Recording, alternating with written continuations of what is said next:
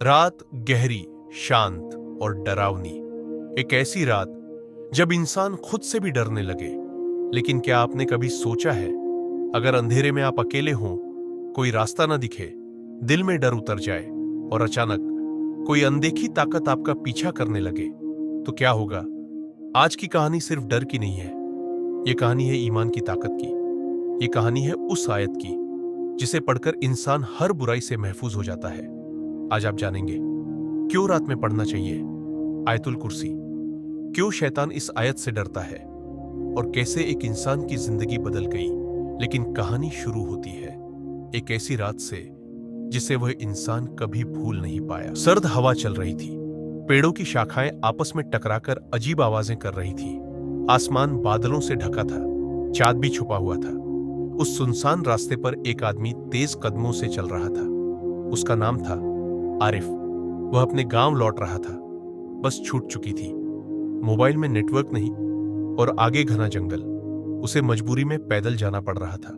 पहले तो सब ठीक लगा, लेकिन जैसे जैसे वह आगे बढ़ता गया, उसे महसूस होने लगा कि वह अकेला नहीं है। पीछे जैसे कोई चल रहा हो। उसने मुड़कर देखा, कोई नहीं। वह फिर चला, कुछ कदम बाद फिर वही आहट।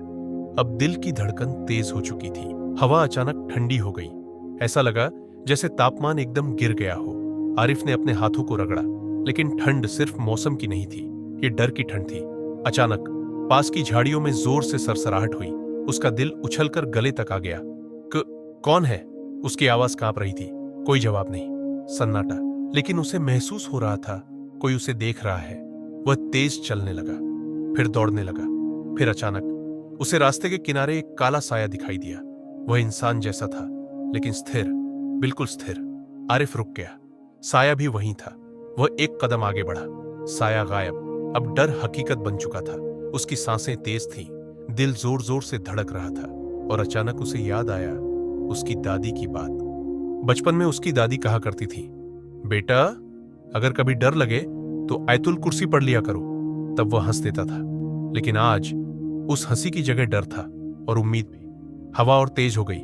अब आवाजें साफ सुनाई दे रही थी, जैसे कदम, जैसे फुसफुसाहट, जैसे कोई पास आ रहा हो। उसने फिर मुड़कर देखा, कुछ नहीं। लेकिन इस बार उसे महसूस हुआ कोई उसके बिल्कुल पीछे खड़ा है। उसके पूरे शरीर में सिहरन दौड़ गई। डर के मारे उसके होंठ सूख गए, लेकिन उसने हिम्मत की, धीरे से पढ़ना शुरू किया। अल्लाहु ला इलाहा इल्ला हुआ। जैसे ही उसने पढ़ना शुरू किया, हवा की आवाज बदल गई, जैसे किसी ने शोर कम कर दिया हो। उसने पढ़ना जारी रखा। जैसे जैसे वह आयत पढ़ता गया, उसका दिल शांत होने लगा, सांसें सामान्य होने लगी, डर कम होने लगा। लेकिन झाड़ियों की आवाज अचानक तेज हो गई, जैसे कोई बेचैन हो, जैसे कोई तड़प रहा हो। जब उसने पढ़ा, ला तखुजुहु सिनतुन वला नौम, अचानक तेज हवा का झोंका आया। पेड़ जोर से हिले, लेकिन इस बार डर नहीं लगा, बल्कि उसे महसूस हुआ कोई ताकत उसकी हिफाजत कर रही है। आगे रास्ते पर फिर वही काला साया दिखाई दिया।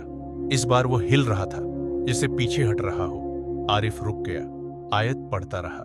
साया पीछे हटता गया, फिर गायब। अब रास्ता वैसा डरावना नहीं लग रहा था। वही अंधेरा, वही जंगल, लेकिन दिल में रोशनी थी। उसे समझ आ चुका था, डर बाहर नहीं, अंदर होता है, और ईमान उसे मिटा देता है।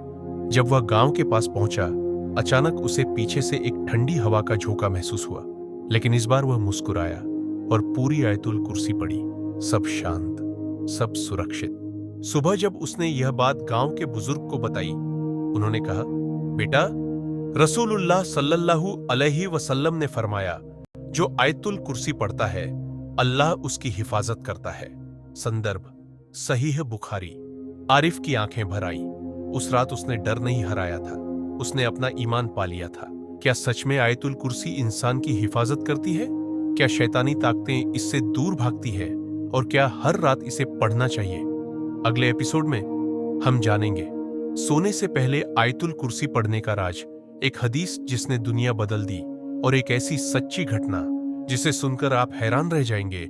अगर आप चाहते हैं कि अल्लाह आपकी हिफाजत करे, तो आज रात सोने से पहले आयतुल कुर्सी जरूर पढ़ें।